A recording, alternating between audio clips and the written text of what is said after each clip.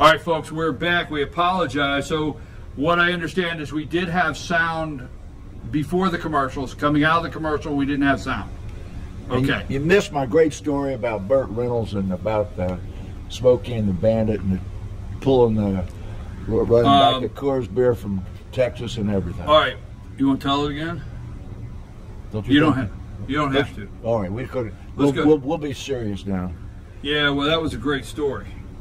Next week, we'll tell you the story behind the backstory on Smokey and the Bandit. We're going to go with this. This is Dr. Whaler. We're going to go with this. We're going to say that was divine intervention. Yeah. Maybe we weren't supposed to tell that story. Okay. Maybe the good Lord said, don't tell that story today. Believe that. All right. Okay. We'll go with that. That's our story, and we'll stick to it. All right. Go ahead. Ask the Doc. We thank you very much. It's time for our questions, and don't forget, if you have a question for Dr. Whaley, you send that to info, I-N-F-O. Yeah, we're good here. Okay. So I'll just double checking my sound here. We apologize. But send it to info, I-N-F-O at fetchernews.com and put in there, ask the doc if you have a question. All right, Dr. Whaley, let's see, I have my questions here. Just don't have my glasses. So you want to go with number 2 or number 1? I woke up at 4 a.m. with excruciating pain under my right rib. And behind my right shoulder blade, felt sick to my stomach and broke out in a sweat and felt like I was going to pass out. The pain is gone for the most part now, and the person asked the question feels important that you know. I had my gallbladder out last year, so that isn't it. This is a female. So. Right. Well, that question probably wasn't done at 4 o'clock in the morning, so that means that the pain is still there and is not gone. Throw up that picture there of that chest. The picture that you see coming up on there now just lists all the things that are right inside the chest that could be responsible for this, which is a collapsed lung, anything that happens to the heart, the trachea, or any of the structures within there. I can tell you that 1/3 to 1/2 of the causes of this particular thing are going to turn out to be musculoskeletal. 10 to 20% are going to turn out to be due to the gastrointestinal tract. The gallbladder's gone, but it could still be the liver. The heart's going to be only 10%, but the heart's real. It can occur on the right-hand side.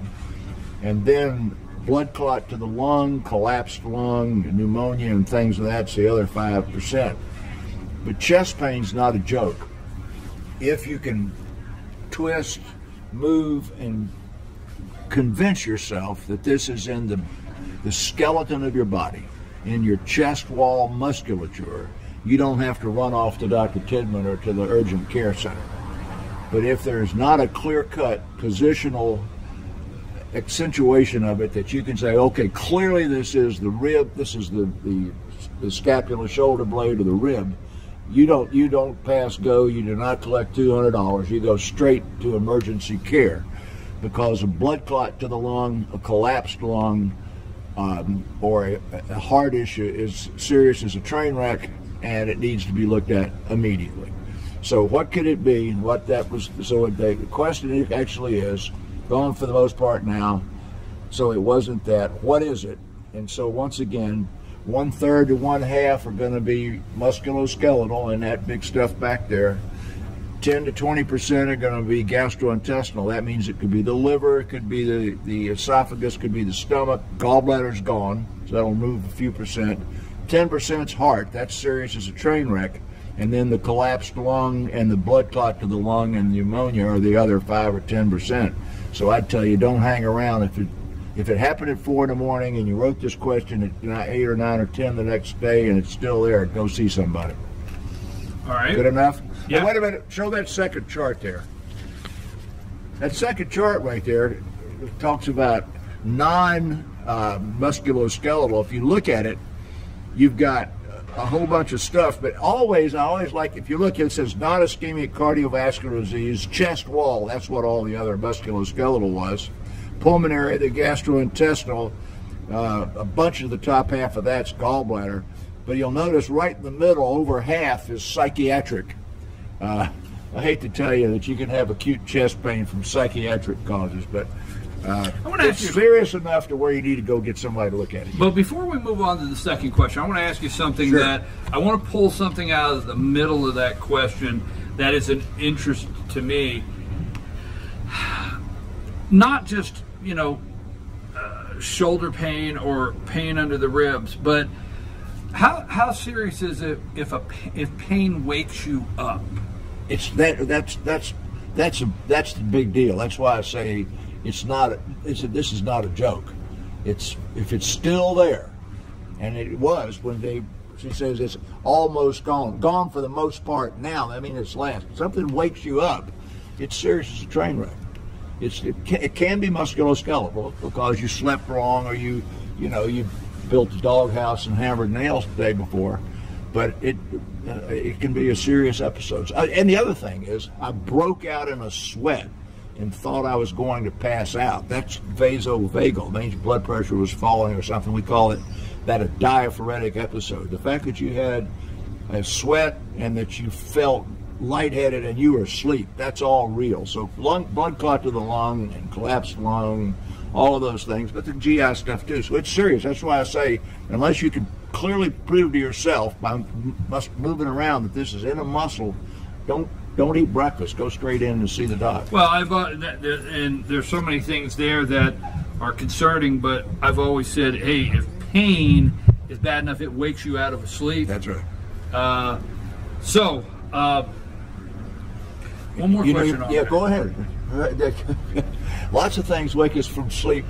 If you're our age and you're male, you get up several times a night. You're looking from a sound sleep. But if you have a pain that made you sweat and you thought when you woke up, I'm going to go unconscious, that's real serious. That's a big deal. Well, and I've always said there's pain that something's wrong. Right. It's that something's wrong pain. Okay. Moving right along, I was told I had stage 1 cervical cancer, and I will have a LEAP. Is that LEAP procedure? Yes. It's an acronym for something? Yes, it is. Yeah. Okay. And LEAP procedure. I am 28 years old and do not have any children yet. Will I ever be able to have children? Well, I can't tell you whether you'll be able to have children or not, but the LEAP procedure is not going to prevent you from having children. That's another matter entirely. The LEAP has nothing to do with fertility or with your husband's sperm count, but a LEAP procedure. Show that picture there that's got the cervix and the uterus there, just so people know and understand it. People, it's a surprise when I pulled this up yesterday at the office. One of the people that work in the office that's not a nurse looked at that thing and had no idea that the cervix looked like that. But you see, that's what a cervix looks like. You got the color picture there, and you'll notice in the lower corner there, from about 9 o'clock down to about 7 o'clock, you'll see an irregularity that looks a little bit white. You could take that one down and show the next one. They've said that I have stage 1 cervical cancer, but that next chart shows you that there are a whole bunch of stage 1s. No, was that the causeless one you got now? Let's leave that one up there. The people that at 28 years of age that would have early stage cancer is a little bit young for cervical cancer, and the things that may contribute to that are written there on that chart. Smoking, long-term use of oral contraceptives, having had many children, she hasn't had any yet, having multiple sexual partners is the HPV virus. You remember we're now immunizing everybody, boys and girls, against the HPV virus. Now, show that third one then. That's about. So if you look at this next chart, I'll show it to you, BKP. That whole chart is all stage 1 cancers. It really doesn't tell you anything. But I would say that if this is a 28-year-old and they're going to do a LEAP procedure, they probably really don't even have invasive cancer. This in situ cancer, pre-invasive carcinoma, T1S, that's fairly common. It's detected in routine pap smears. It is 97.9% related to having had the HPV virus. And so when our children are now immunized against the HPV virus, the incidence of this is going down like crazy. So most carcinoma of the cervix now is in an older age group of people that have not been immunized against HPV. But if you look at that, that entire stretch is all stage 1, and the bottom of stage 1, and you have to have a hysterectomy. In the top of stage 1, you can do a LEEP procedure. So my interpretation of the way they wrote this question is that this was early stage 0, a rough place on the cervix, and the LEEP procedure is the way to do it. There's 2 or 3 other ways to do it that are old. They you say had a D and C, which means a cone. That leaves you with a bunch of scars. And so the LEEP procedure also tells me to see an expert who knows what he's doing, because that's a technically difficult procedure, not something that you can just Leroy or anybody else can do, and you have to have some specialized equipment to do it. So it sounds like they're in good hands, and yes, they should be able to have children. Excuse me. If everything else works, the LEEP procedure is not going to close the cervix or make it where they can't have kids. Is that good? Good, Dr. Whaley. I appreciate it very much, and thank you, Georgia Cancer Specialist affiliated with the Northside Hospital, for this segment. If you have a question for Dr. Whaley, you send it to info at fetchyournews.com. Put in the subject there, ask the doc, and we'll get those to Dr. Whaley. Okay, all right, so what are you closing with today? Well, we got to save some lives, okay? All right, let's do that. So if we're going to save... I'm in on that. All right. The American Academy of Pediatrics came out on Monday recommending that every child over 6 months of age get their flu shot early this year. You remember we talked about flu shots a couple of weeks ago, and somebody wanted to know, when should an adult get the flu shot? Well, first of all, the adults should get the flu shot. That's the first thing. And sometimes, like Dr. Marlowe used to say, if the flu season hasn't started yet, wait as an adult perhaps until October, November, so that it'll last into the springtime and you can get the whole flu season. Last year in the United States, we had, if you remember, a terrible flu season. Yes. Probably the worst they'd had in many decades. There were, I forgot the exact number, but let's just say there were 48,000 deaths or something. But in the children that died, what percentage of those children that died do you think had a flu shot? The children that died, how many? Well, my wife made a guess and said 0. The actual number is about 10% had a flu shot, but 90% had not. And my wife also said, well, that flu shot didn't have all the right strains in there, and that's true, but it did diminish the intensity of the flu and the duration of the flu, and it tells you something, that the people who died, the elderly and the young, had not had their flu shot.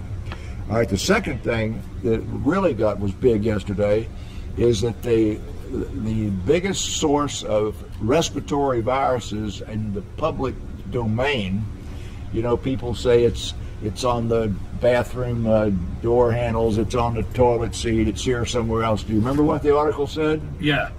Wait, let me see if I got it. Dirtier than a restroom are the containers that go through the airport. The filthiest.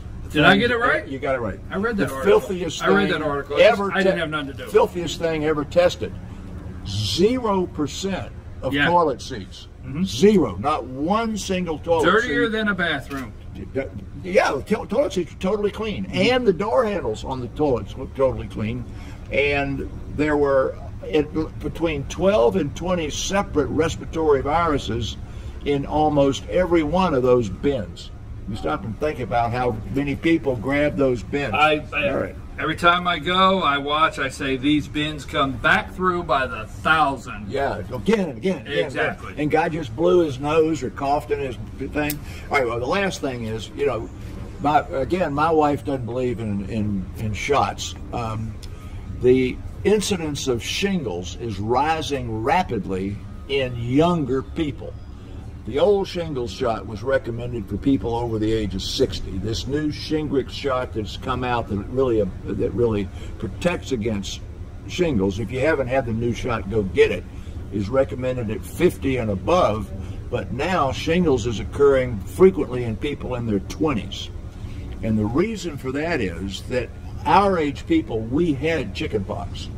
So we have a higher degree of antibody than our kids who got the chickenpox vaccine, which doesn't make them as resistant to that virus. And so they're getting shingles down now to people in their 20s, and shingles is not a joke. So go get yourself a shingles shot if you're 50 years old. Hey, you have to pay for it. The insurance isn't going to do it. Yeah, that's 2 shots. But anyway, get the first one. Thank you, Dr. Whaley. Folks, we appreciate it. We appreciate Georgia Cancer Specialists affiliated with Northside Hospital for this segment. And don't forget, this information you want to share with your friends, you can go to our YouTube channel, Fetch Your News FYN TV. Subscribe to our YouTube channel today and send this segment to your friends. Great information. If you have a question for Dr. Whaley, send it to info@fetchyournews.com. Put in the subject line, Ask the Doc. Okay, we apologize for the brief audio issue, but we did get this segment in, and we're ready. We wonder if we have anything to talk about in the next segment. I think you probably do, but you don't get to tell my story about smoking a bandit. I won't. Next week, I'll tell the story. Next week, I am going to tell your wife it was divine intervention. Okay, good. Yeah, so she'll believe it was divine intervention. I'm your host, BKP. Right after these messages, Jane, Candace, and Rick, and I'm just going to throw 2 words out, one to Jane, one to Candace, and Rick and I are going to eat a sandwich or something while they talk. But we'll be back right after this, okay?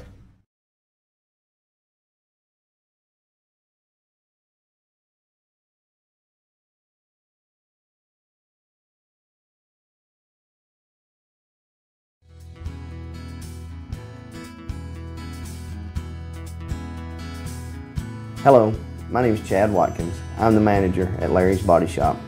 We are a family-owned and operated business and have been serving the North Georgia area since 1978. We are located at 1216 Progress Road in LOJ, Georgia. Our shop specializes in collision repair, and we work with all major insurance companies.